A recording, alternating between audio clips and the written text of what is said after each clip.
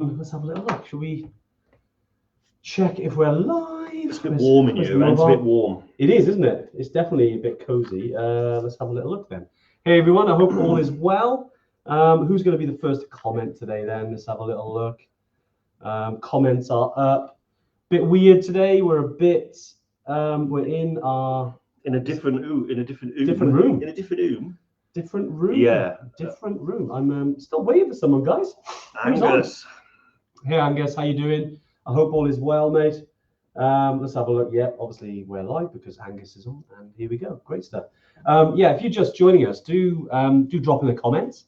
A bit of a different setup. Yeah. We got 2 new Yetis starting this week, so the area that we normally be doing the live is a bit kind of tied up today. So yeah, this is essentially mine and your room, isn't it? This is we've got a new part of the office. This is the I don't know what we haven't named this room yet, have we? The Yeti cave. That's what it should be, right? Yeah, or the creation station. Creation station, I like that. Yeah, I want to apologize in advance because normally we have like big screens up here where I can see everything. Now there's just a little camera. Now you just got a little camera and we're looking down because you can see it's more natural for me to look down and see the comments. So I'm not ignoring you. I'm not being rude, but I am going to be looking down. It is a bit weird, isn't it? But anyway, yeah, I hope all is well. You've had an awesome weekend and start to your week. Today we wanted to kind of switch. I know last week we talked about like the plans, what's next, and that kind of stuff. And we've got a really interesting one next week, which is with Tori James from. Well, she's relatively local to us, but she was the first Welsh woman to climb Summit Everest. So yeah, we've literally thinking about this week. And although that we wanted to potentially talk about equipment, which we do, we're gonna save that for the pre-Christmas stuff. I think pre-Christmas, stocking fillers, we got some good ones for that. So we'll talk about equipment in December. Yeah. But November, today, we wanted to talk about when the going gets tough. You know, those moments, those times when doesn't matter if you're in, here in the UK or it's challenging. You all need to swap places. We need to flip. Really? Yeah. Are we looking weird? Yeah, I don't know if that means that we're spelt correctly, but I think we maybe Catrieve right now. Okay. See, you're normally on the edge. Is that a little bit better for you? I mean, I've got a lot of like free space here now. So that means that we want to move over a bit. Here we go. This is better now. Yeah. How about this way? There we go. That'll work. Yeah. As always, great with the tech. And our musical Yeti's off today, and he's usually our head of tech. So there's a little bit of improv. I know, I can't believe it. Here we go. So it's hopefully it's the right setup now. Yeah. So and Evertrack spelt right. There we go. That's better. Thanks for pointing it out though, guys. It's something because we can't see this, so we're kind of like it's a bit weird. But anyway, yeah. Who is on the live then? So we've got Simon, we've got John, Pritesh. How you doing? Jerome, of course. Gary, Dave. Another Dave. Yep. Pritesh and Zach. Bloody hell, Zach's here. Zach's here offering some constructive criticism as per. Obviously it wasn't set up by Zach. Pritesh coming here with a new word for putting your tree up too soon. Wow. I'll let you say that one, Dave. Yeah, he premature ejaculated. Okay. I think that means the tree is gone up. Didn't have to say the first bit, but now everyone knows exactly what he's saying. Yeah, but that's the term, you know, and that's very true. Yeah, so that's when I think that the tree is shot up further sooner than intended.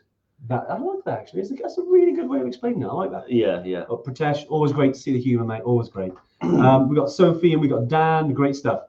So yeah, swinging back then to today, and that's essentially, you know, the tough moments, because there are a lot of tough moments on mountains or life in general, and you know, there are some things that you can do to kind of spark you. It's interesting because we all have those moments, and I know you have, I know I have, and you hit the proverbial brick wall, and it's almost like, okay, how can I either listen to my mind when it tells me enough's enough, and sometimes that's okay.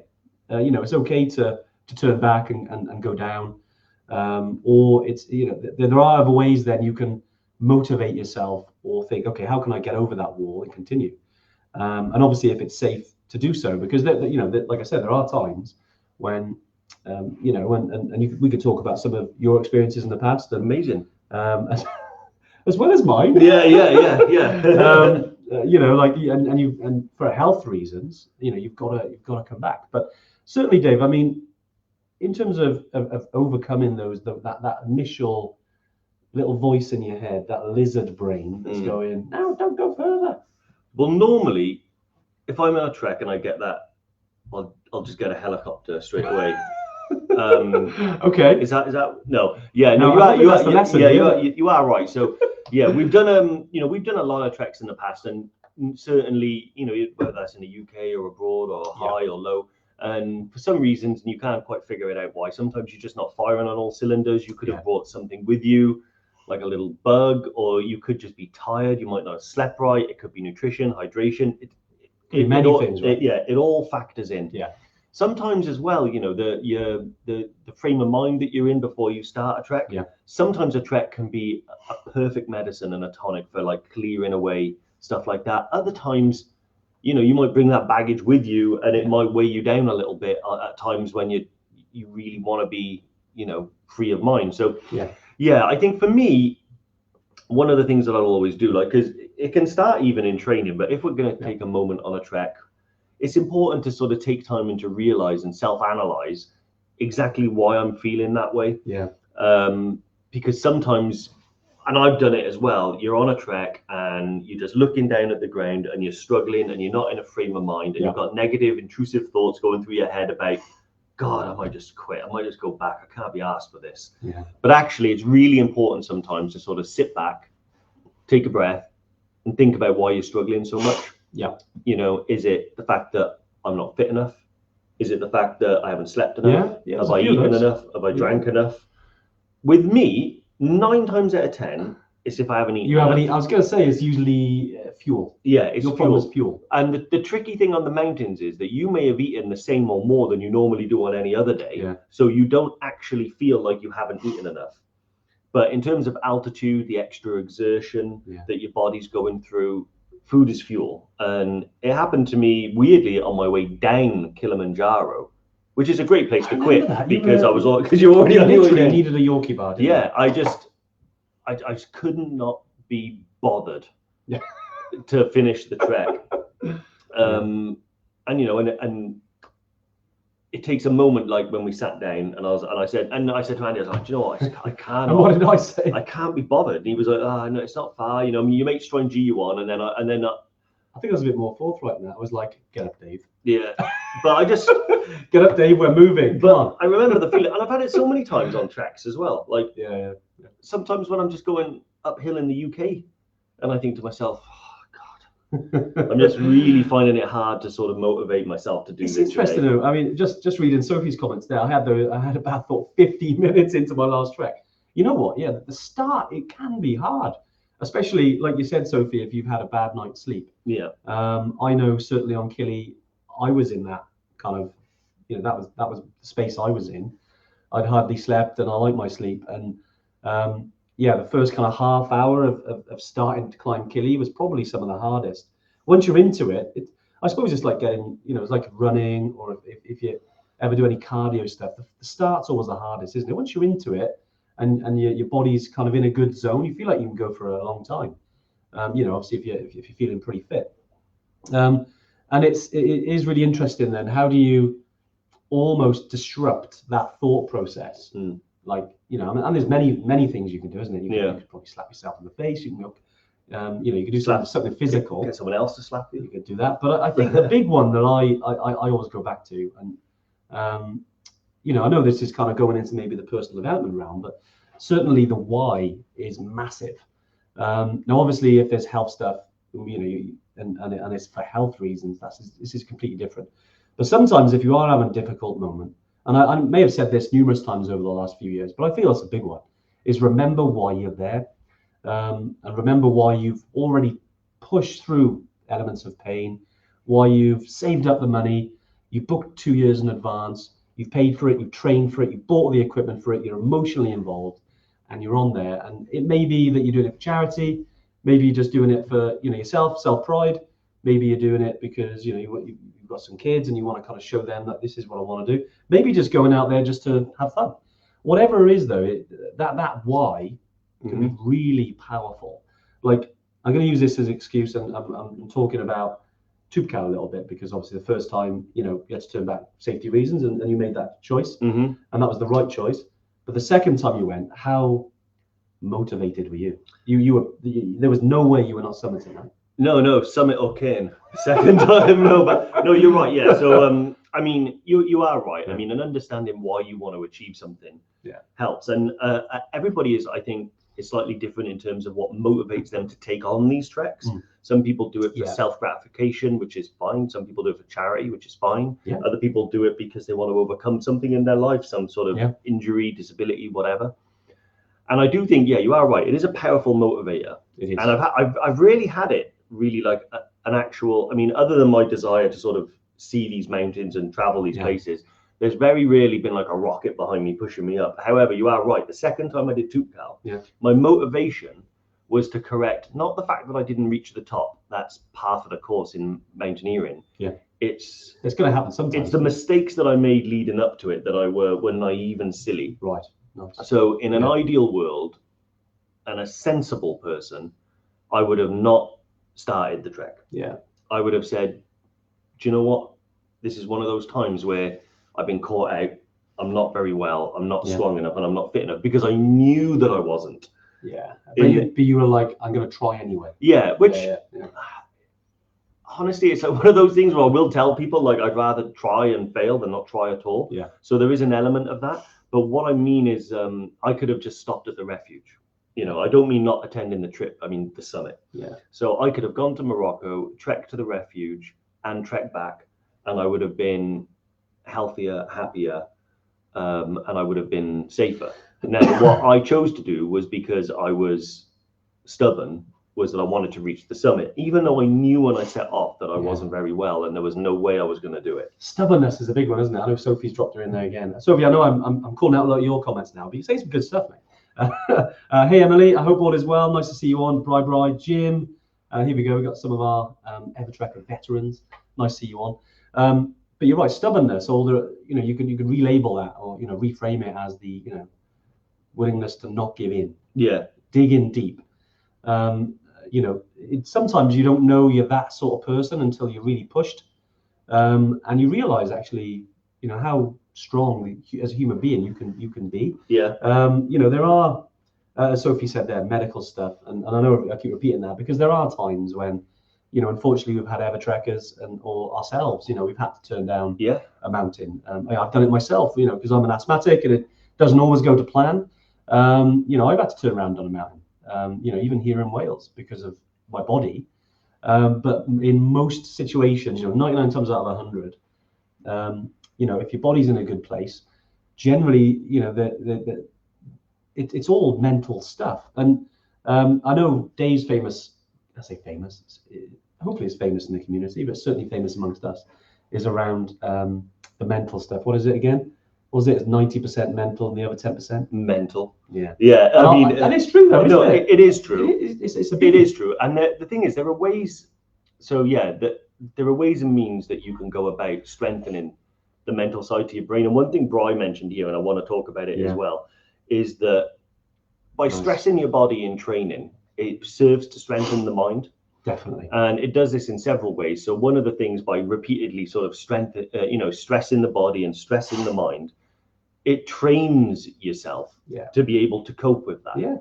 If you take someone that's never been on a trek before and you take them to a far-flung part of the world, far-flung part of the world where there's altitude and everything is different, you can easily become overwhelmed. If you take that person and you give them 12 months of hard training or decent training, where you've done some long treks, some hard treks, some treks where they've had to turn back, some treks in bad weather, and then you take that person, they have a successful trip. What's the difference? The mind is stronger, but why is it stronger?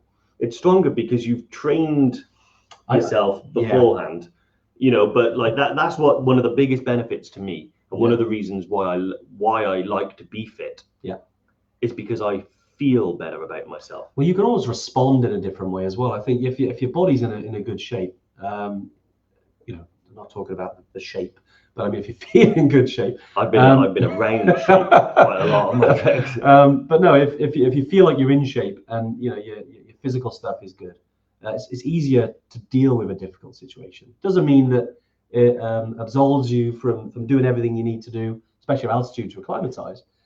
You've got to do the same and follow the same processes.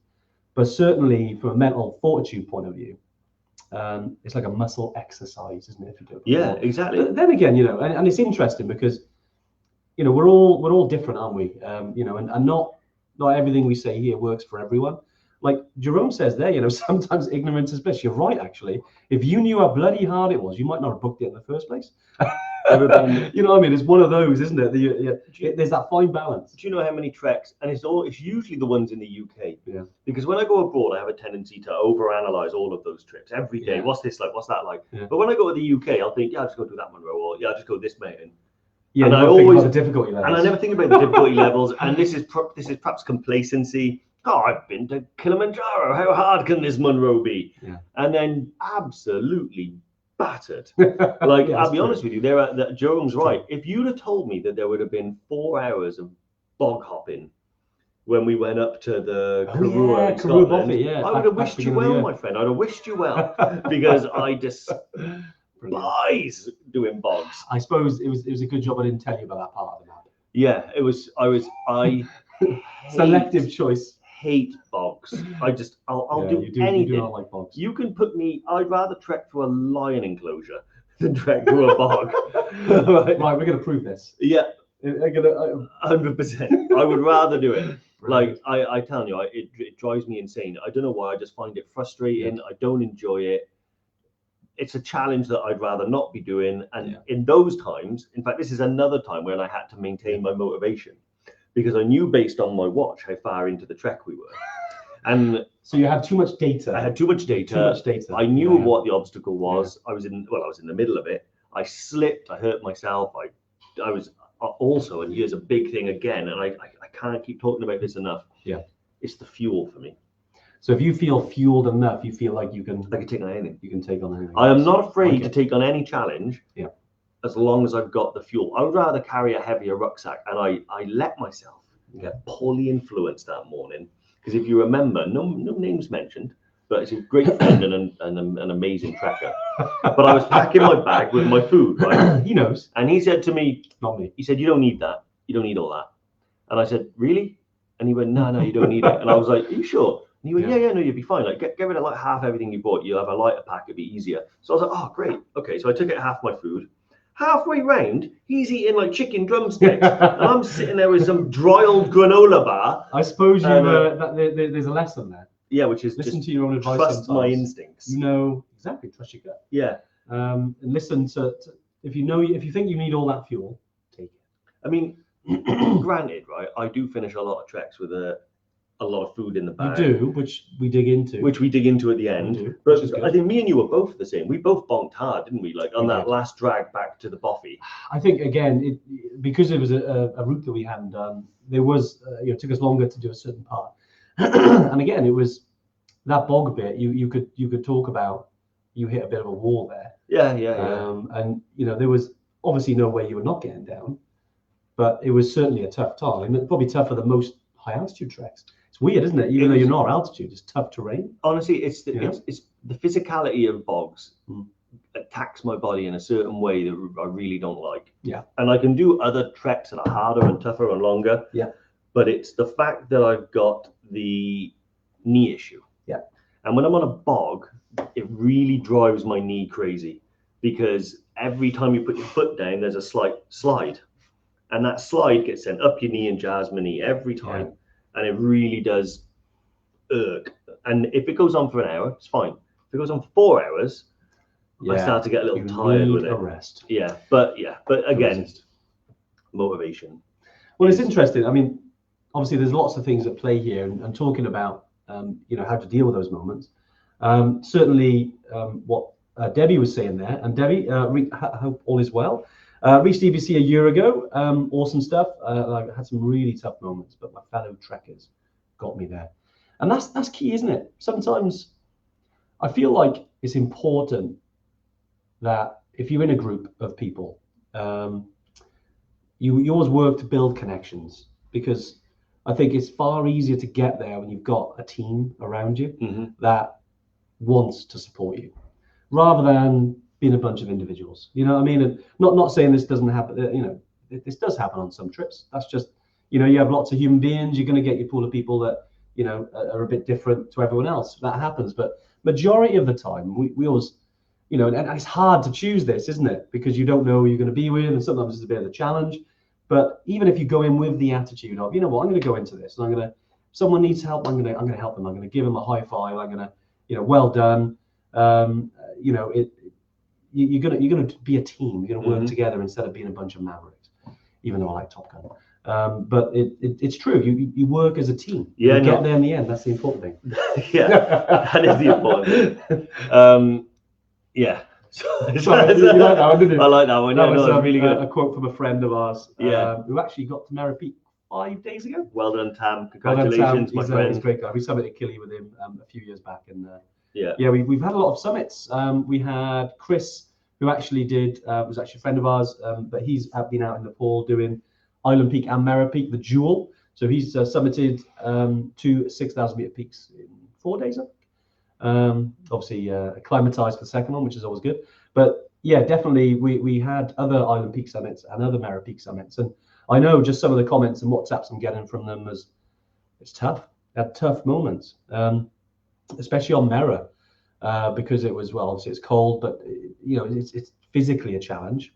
And a couple of people on the trip needed a bit of a G up, and luckily one of our friends is on there, and they did it together, which was fantastic. And Tam, it's great to see that happen, and they all summited, which is fantastic. Yeah, amazing. I mean, those peaks, you always have to find something a little extra on any peak that you do, even sort of whether it's Penavan, Tupakal, anything like that. Yeah, I mean, it's fascinating, isn't it? We're talking about the group dynamics and stuff like that. That can really, really make a difference. I mean, if you have a good group, good team, good health, good dynamics, that itself gives you energy.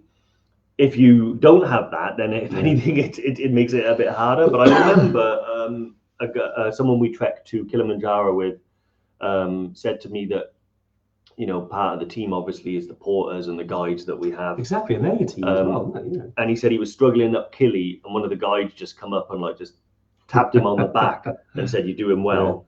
And he said it was just it wasn't a big thing. It wasn't, no one else saw it. But it was enough. But it was enough just for him to just think, nice.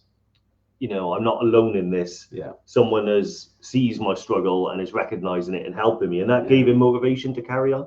Yeah. Interesting. Yeah, it's crazy. I mean, it's always funny whenever we do one around sort of the mind or mindset and stuff like that. It's hard to pitch it in a way that everybody will benefit. Yeah. Because everybody's mindset is different when they're on a challenge or a trek, and not everyone is the same every time. Yeah. Because I've said my history with Morocco has been up and down. Yeah. The first time I went to Morocco and I didn't feel very well, and it was boiling hot, and I just wanted to go home. I was done with the place. Like, I genuinely, I didn't have a great experience. I didn't particularly enjoy the mountain, and I was just happy to be home. Then when I was back, it was a couple of days later when I was like, that's unfair on Morocco. I was like, exactly, and also unfair on myself. So then I went back and I did it again with this laser focus on the summit. But then different experience. It was a different experience. But weirdly, it was the last time that I reached the summit in November. Was it November? October. Yeah, we were there. Yeah. In October, that made the difference. Yeah. Because that was the first time that I went there that I felt like I do when, the first time I went to EBC, changed my life. Yeah. And when I went there with open eyes, and it was just as much about what I was experiencing every day as it was getting to EBC. Yeah. And that was what I did the third time I went to Tupakal. It was just as much about trekking with my friends, trekking in the Atlas, as it was reaching the summit. It was amazing. And it made everything easier. It's great there, isn't it? And I think repetition is a big thing. Because there's one thing I've learned, and there's definitely some science around this, is, the human brain, obviously a very complicated thing, but there's certain parts of it that, you've obviously got your conscious thought in terms of what what you're focused on. You've got your subconscious, and the subconscious is actually more powerful than the conscious, and that comes with habit. or doing things that you've always done. Like, I don't know, just off the top of my head, when you say 2 years old, right?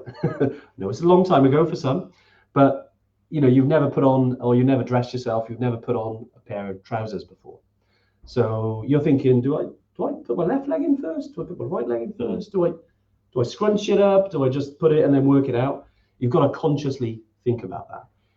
Now, hopefully, and hopefully those trousers got a little bit bigger and they're more like trekking trousers. But I bet you when you put on trousers now, you're not really thinking about how to put them on. And this goes for anyone. It's subconscious. Your brain, because you've done it so many times.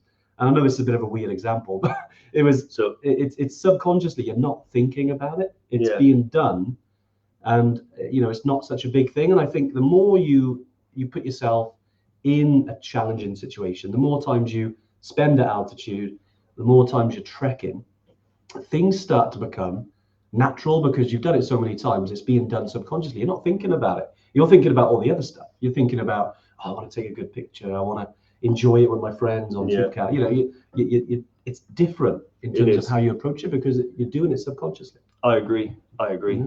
And I think a lot of that as well, we're talking about motivation. One of the things that I always find interesting about this time of year is that, for me at least, it's the hardest time of year to dedicate myself to hard training. Yeah.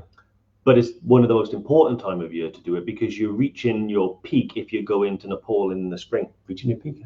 Exactly. So if you're going to Nepal, I always say Nepal because that's it's when the most people go to one place. But also January, February, you've got Kilimanjaro trips. Yeah. Then you've got Machu Picchu starting soon after. So it is one of those where this is an area of time where we need to be concentrating on hard graft. How do you stay motivated to do that repetition and do that training? One of the things I think that does help is when you see the benefit of that actually deployed on a trek. Yeah. So I did quite a bit of trekking before I went to my last toolbox trek because it was with some customers from the summit zone, and I wanted to be at my best, and I wanted to be in a situation where I felt good. And so I put a lot of effort into strengthening my legs, which I knew was a weakness. Yeah, but you were conscious. Not to use the conscious subconscious thing again, but it was something that you were aware of. Yeah. And you were like, right, I got to do something about that. Exactly. Yeah. Otherwise, I know I'm going to struggle. Now play on your mind. Exactly. And so how I find myself able to sort of train through the winter period is by having either a replacement or that exact thing. Like I want to show up at my best for this. So having a challenge on the calendar, having a date in mind, something that you're reminding yourself about every single day, really does help. And actually, one thing that helps me as well, and I don't know if this is the same for everybody, but this is kind of weird. But I watch some TV shows sometimes that really do motivate me. Okay. Now, what I watched recently that made me think. I'm trying to think now and guess. I don't know if you'll get it. Is it niche? No, it's not niche. It's on Netflix. Okay. Go on, you can tell me. It's called Naiad. Never heard of it. Is that what Naiad stands for? No, it's on Netflix. Okay. And it's about Diana Naiad, who is it Diana? I think it's Diana. Double check. Who is a swimmer, and when she was very young, she tried to swim from Cuba to Florida. Wow. And failed, and then she tried again when she was in her 60s. Wow. And it's such an inspiring story. I mean, honestly, interesting. It's got Annette Bening, Jodie Foster, Rhys Ifans. Okay. It's a really, really good movie. Naiad is getting some love. Yeah, and I honestly, I watched Naiad, and she's a complicated character with a lot of different motivations stemming from her childhood and things that had happened to her in her life. But it's about there's so many things wrapped up in it. There's issues around sort of feminism. There's issues around sort of age. There's issues around belief and challenge and things like that. And I absolutely loved it. But one of the things that came was amazing, right? Was she decides she wants to get back in the water and swim when she's in her 60s. And Jodie Foster plays her coach. And this is about motivation. I'll get there. And she has to be in the water for something like 60 hours, right? And on her first attempt, she's like 4.5 hours, and she gets too cold and she gets out. And when she's a day or so later, her coach says to her, listen, I need to talk to you about this. Are you sure you want to do this? Yeah. Because I spoke to this guy, he's a doctor, and he doesn't think it's possible for you. I also spoke to another guy, this man who's really, really good at training and a coach, and he doesn't think it's possible for you.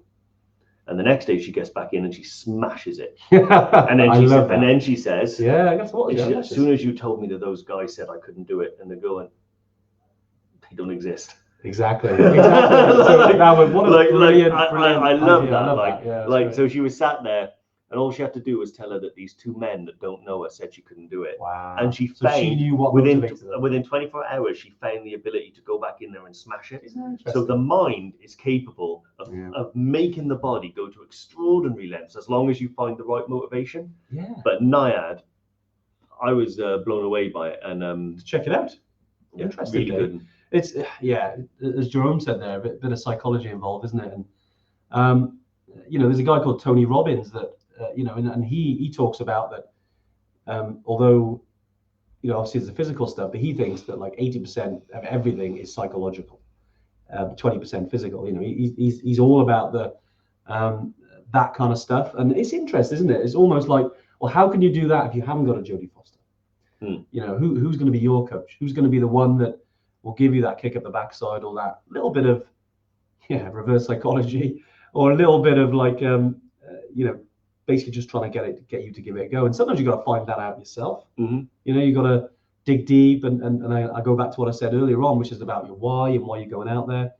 And sometimes it comes down to the simple stuff, which is the things that you've always heard, like life is short.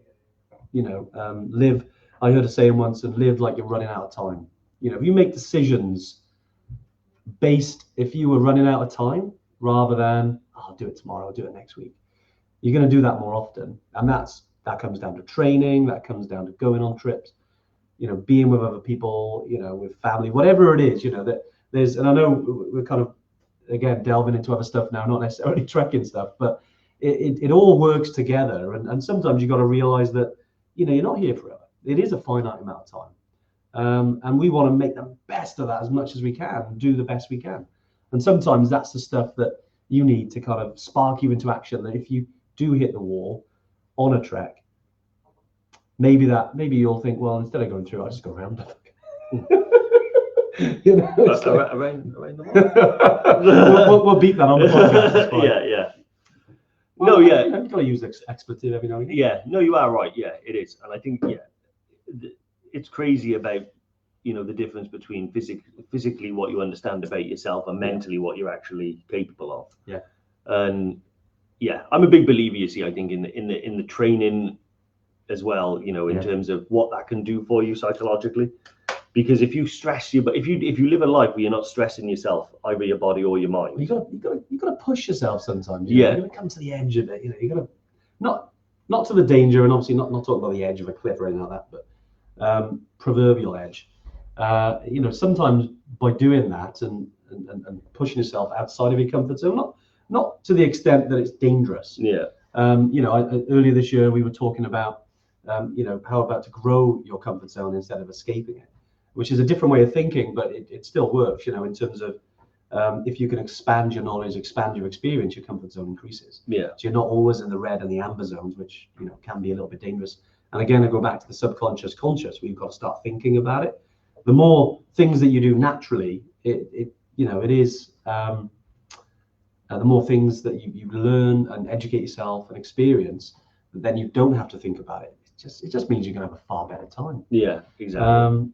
And it's something that even now, like we talk about motivation, we've had to become quite motivated the last week. So which I thought was a really good segue into talking about this year's charity challenge. So if you remember last year, we did the Yeti Yuletide Challenge, which it started last year, and we did the cold water dip. We raised about £1,200, I think it was, £1,300 for Brecon Mountain Rescue, which was our chosen charity, and we support. And they're in the middle of essentially having a whole new base camp. Essentially, they're building they're knocking it down and rebuilding it. Essentially, their head offices up in Brecon. So we wanted to support that this year as well in our challenge. So a little bit different. Obviously last year was a lot of cold water. It was brilliant. It was a bit of a nutcracker, wasn't it, Dave? Yeah, I've been more comfortable in my life. I'll be honest with you. And this year was something a little bit different. I see that Jodie has put in the link already. Look at that, organised. If we call it Stepping Up to the Summit. So essentially, we are in the gym. Believe it or not, we're actually, if you ever use like a Stairmaster, essentially, oh, it's in there twice. We are basically doing the steps it takes to get to certain peaks. And the more we raise, the more steps that myself and Dave and some of the other Yetis have to do. Now, some of the steps, like if you click onto that page, it should give you a little bit of a breakdown, hopefully. And I will bring, there we go. So it's got bit.ly/stepping up to the summit. Have a little look on there because it will, it'll give you a bit of a rundown. Obviously, we've got our starter. Obviously, we got we got Penavan. We've got some other peaks in there, all the way to Everest. And Everest is just over 86,000 steps that we essentially have to do. Yeah, so please donate. It'd be great if you could. It's only give it's a lot of afford, steps, though. You know, I'm just telling them. 86. 86,000 steps. 86,000.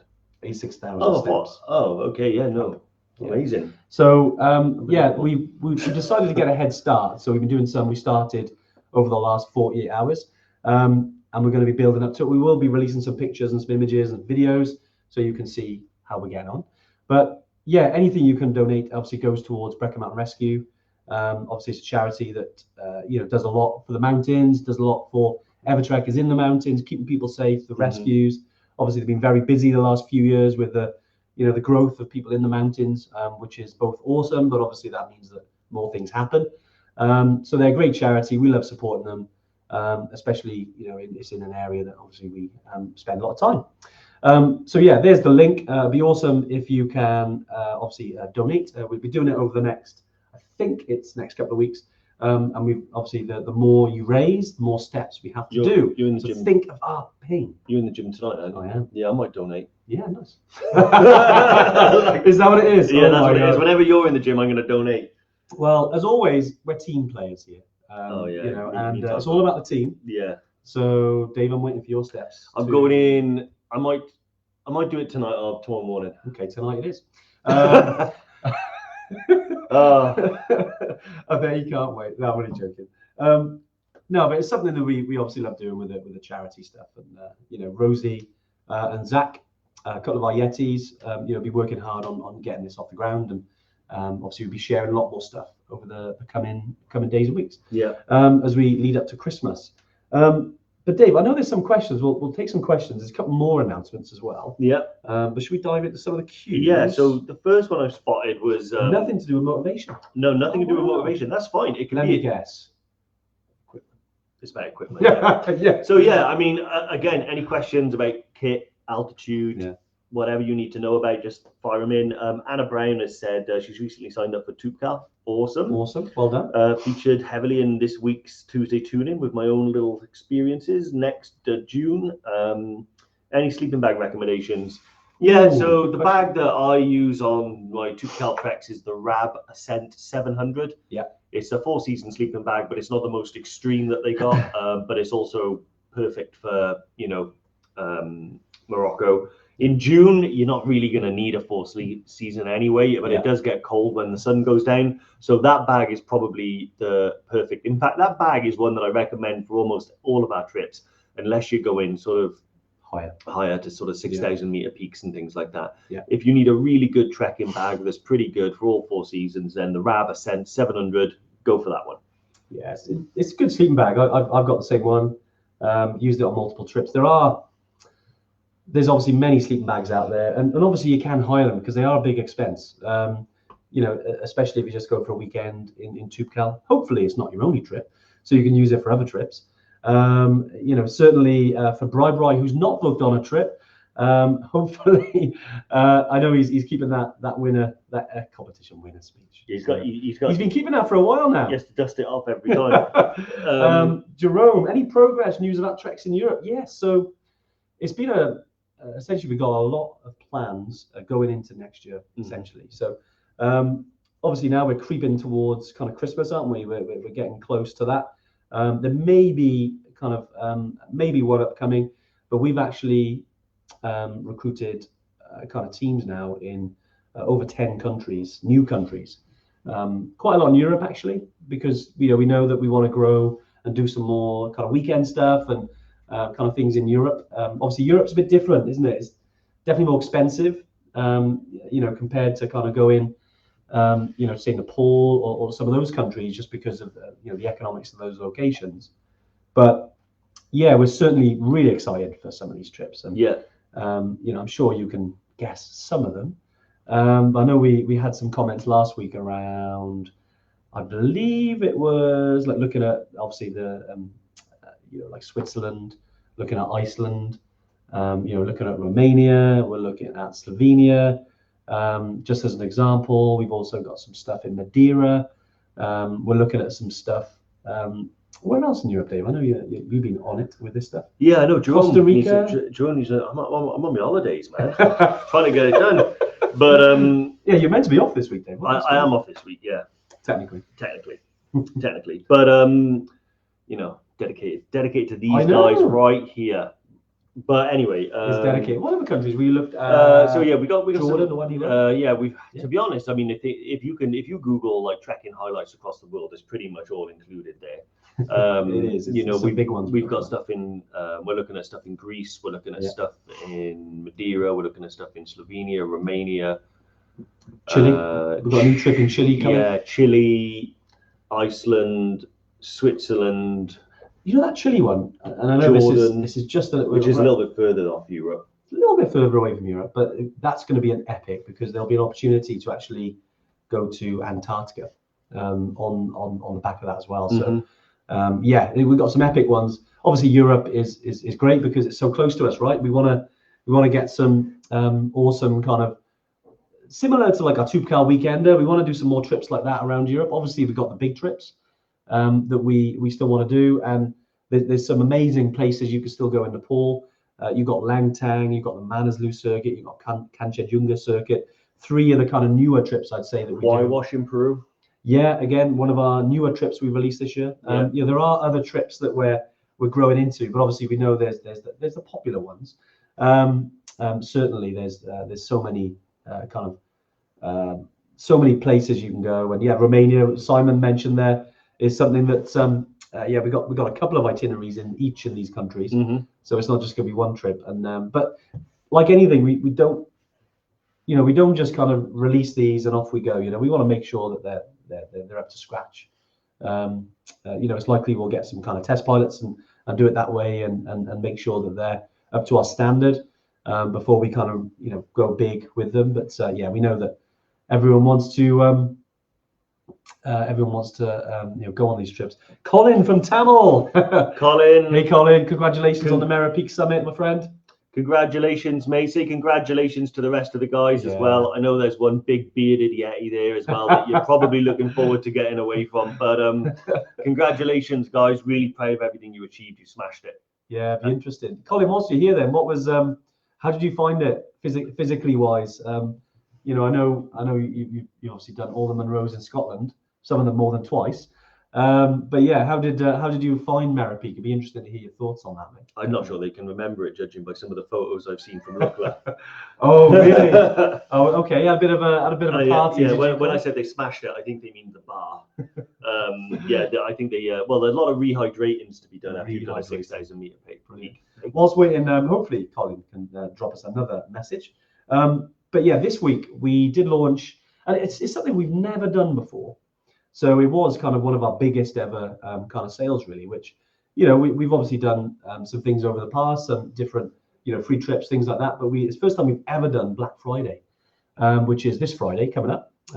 So all this week and into next week, there are some deals on that you can book on and get up to £400 off. So definitely check your emails. I know most of you are on our email list as well. There is a post. It's been shared in the High Altitude Evertrekkers and on this page on Facebook. Obviously, if you're on the podcast, I will put a link to this. But yeah, definitely have a little look at that, because obviously you can get some money off trips. And it's our biggest ever kind of discounts that we've done. So if you're looking to book onto any future trips, yes, that's you, Bri. Then definitely get in. It's Black Friday deals. It's weird, isn't it? Whenever I think of Black Friday, I'm always thinking about Anchor power banks, televisions, tech. Yeah, Isn't it? But I feel like it's definitely growing in the travel industry, hopefully. I bought a NutriBullet. Wow, really? Yeah. Wow. On Black Friday, Okay, it was cheap. interesting. Yeah, my other one broke. I mean, I think it broke because I didn't use it for 5 years. But now I've got another. Are you going to use this one, or is it going to be another? No, it's just a space in the cupboard that needs to be filled now. So so I bought the NutriBullet. Yeah. Brilliant. So with our Black Friday, definitely get on that. I know some of you might have already had the emails and had a little look at it, but obviously we've got some newer trips that we've released that we've just talked about. If you're looking to do any of those, obviously you can pay on deposit, also pay monthly as well, or if you really, some people are just paying full for their trips and getting a little bit of extra discount, which we're doing at the moment. Do that as well. Yep. Right, Dave. Well, I know we're kind of winding down. Any questions, obviously, for me and Dave to answer? That's what we're here for as well. I know we've had a few, and it's always, whenever we talk about mindset or motivation like this, we always know the questions are less. But I suppose actually, maybe this is a question for the community. Because we've talked about what we do. Is there anything that you guys do, because we don't know all the things that work for everyone, but when it comes to getting, climbing over that proverbial wall, or you've hit that wall, what's worked for you, in that moment to kind of push on? Is there anything that any little bits that you could share with everyone if you want to, just around motivation? Is there anything that works for you? The Rocky soundtrack. I like that. Okay. That's interesting, isn't it? The rock music. We haven't really talked about music. What that does to you. Podcasts and music are a big one for me. Every time I go away, because I sleep with my headphones in, listening to stuff. Yeah. So sometimes my headphones die. You'll be listening to it as well. But I always do that. It's something that quietens the lizard sometimes. So particularly, if I'm particularly having like a cold night or something in a tent. Yeah. I find having something to listen to enables me. Do you think it distracts you from it? Yeah. I like that. Because there are some things that are really hard to get around, and if you're cold, and a lot of people sometimes they come back and they say, "Oh, I love the trip, but it was really cold," and I'm like, "You went to the Himalaya." I'm like, it's always cold at night, but sometimes we had a cold night or two, Cal. It was weird. It was really nice, really good weather. Then the one night when we got back from the summit, it was really cold. Yeah, it was. And I remember thinking, having some music on or some podcasts and stuff like that. I suppose you're right, actually. Yeah, it does. Really, it does distract you. It does. Yeah, music is funny, isn't it? Some people like to listen to music when they're in the middle of a really difficult climb. Yeah. Me, it aggravates me. I like to be in the pain cave. Yeah. So weirdly, when I'm on my bike or when I'm hiking and I'm going up a really steep hill and it's like lung busting and it's difficult, I do, the pain. I don't know why it's like the pain cave. I need to kind of embrace it. That'd be a gym name, wouldn't it? Yeah. Try to distract myself from it. Yeah. Doesn't stop the pain in my body. So the way that I got to get over that is to take the headphones out, embrace the pain cave, and actually manage it that way. Dan makes a good point there. Really, really good way of doing it. Like visualization, I take it, Dan. Yeah. So when I run marathons, I would always focus on how it would feel crossing the finish line when things got tough. Work for me. Yeah, it's really interesting. So, that visualizing, is that what you mean, mate? Yeah. So basically, when you're thinking about how you're going to feel when you've achieved it, when you've summited, or when you've done something. Yeah, it's really good. I like that. See, I've never run a marathon. Jody has run loads, and I've told you. Half? I've run two halves. Two halves. And there was 2 weeks in the middle. So can I say I ran a marathon with a bit of a break? I think if you go to bed between challenges, right, and you sleep for more than 20 minutes, then that counts as two challenges. Really? But do you know what it is though? I could walk a marathon. Well, I have done. I was going to say, you've done it a few times. Yeah, a few times. But there's something about the mindset of marathon runners and ultra runners that I seriously respect, because I don't have it. Because when I crossed the finish line at the half marathon, the concept that would potentially be halfway nearly made me vomit. Like I was. That's true. That's true. So Okay. the Yeah, mindset to be able to run for 20, because walking it is relatively doable for most people. Yeah. Depending on the terrain, whatever. But running for 26.2 miles, is it 26.2 miles a marathon? I believe it is, yeah. I seriously, It's tough. I don't know. I got massive respect for them. It's like Jodie when it was funny with Jodie when she went and she's way tougher than she gives herself credit for. Just summited Killy. Because she summited Killy with a completely knackered knee. She ran a marathon with a bad leg. Yeah. It was funny though because all the pictures of her running the marathon, she was like this. Like and then you see her and she's the one on the comments now. She's at the end of the drink like this. But no, yeah. But what Sarah said there, think about the first shower and the cold beer, the rewards. What are you going to get at the end of that? I like that. That could definitely work for me. There are actually a couple of questions. Jerome, it's not a strange question. No question strange. Do Evertrek have any destinations with no trekking? No. Next, doing that? We do. We do, but you'd have to. No, we do. It's essentially like we do get people who come on trips and like as a couple, and sometimes one person wants to do the trek, another person wants to chill at the hotel, and then they like for example we've had one of our Yetis actually and his wife Rachel, he climbed Killy. After Killy then they went and they did Zanzibar, and others went to do the safari. So there's always those bits, obviously because we are a trekking company. It is hard obviously but we do the extensions, which you can do on its own really if you had to, with like say some people go to Nepal, even if you wanted to do like the shorter trek like Poon Hill and then you did Chitwan afterwards, like Chitwan is like a 4 or 5 day trip that you can do on its own. Certainly some place to visit. Same if you go into like Ecuador doing the summits of fire and you wanted to do like Galapagos Islands for 5 days. There are other bits that we're trying to kind of grow that area in terms of doing more stuff after you finish the trek, but there'd always be some sort of walking involved with the way we do it. Maybe we'll be putting some different activities, but because of obviously what we do is part of it. But yeah, good. It's a good point though, and yeah, I appreciate because you want to bring the wife or the husband along. Definitely there are other stuff. Yeah, they could do base camp. It's beautiful. Jodie's actually come up with a great hack here. Okay. First of all, she did say she did smile on some of the miles.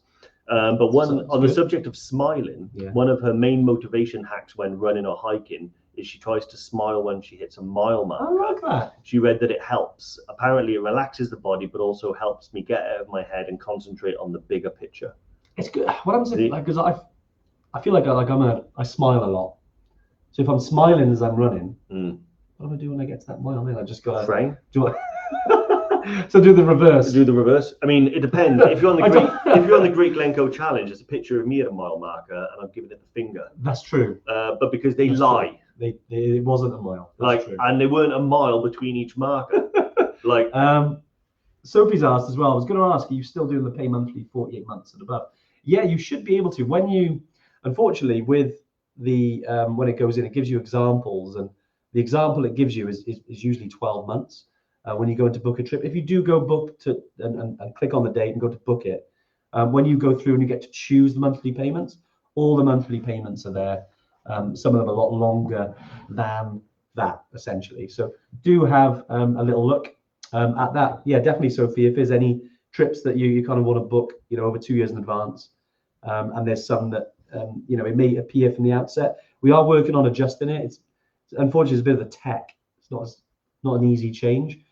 Because obviously, like yourself, it can be like, oh, they only do 12 months, but it is more. It's just you've got to go into book it. Then you've got the drop down, it shows you about the months, and you'll be able to select it. So apologies for the confusion on that, guys, because we know that people book, sometimes 2 years or more, which is great, and it's nice to get that plan. It's nice for motivation, isn't it, to kind of have something to aim for. Sometimes that's not in a few days. So yeah, definitely. When I get back from Killy, I want another challenge. Fantastic. Awesome. Right, Dave, kind of winding down to the closure today. Yeah. Any final thoughts on when the tough gets going? Go and get tough. And I just think, motivation to first of all take on these trips, motivation to train for them, and then motivation when you're on them is something that I think, don't overlook it. Do a lot of research, because not everyone is the same and people have different methods to get to different points. Yeah. But certainly there's a lot you can do to support the body, and there's a lot the body can do to support the mind. Yeah. So, when you do all your training, don't forget that the most important muscle is the one between your ears. And that makes a big difference. I like it. Nice. Thanks as well, Andy.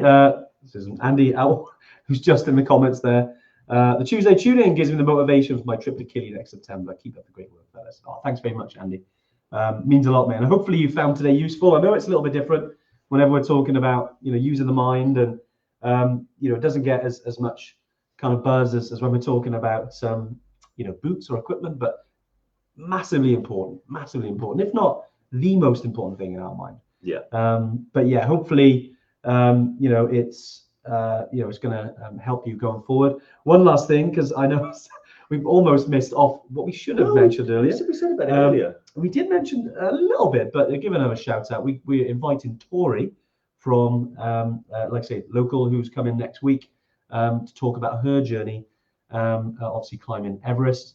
And also as well, there'll be other stuff. And I think it'd be great to chat to her and just hear about some of the things that helped motivate her, what drove her to summit Everest at 25, and it's always interesting to hear kind of behind the scenes, what she got out of that and what it's done for her life. And that doesn't mean everyone has to climb Everest, does it? But it means that, what can you use for, or what nuggets can you glean from her to use for your own Everest, essentially. But yeah, we'll be back next week. Have an awesome week and weekend. Yeah. Whatever you're doing, stay motivated, and we'll see you next week. Take care. Bye. Bye.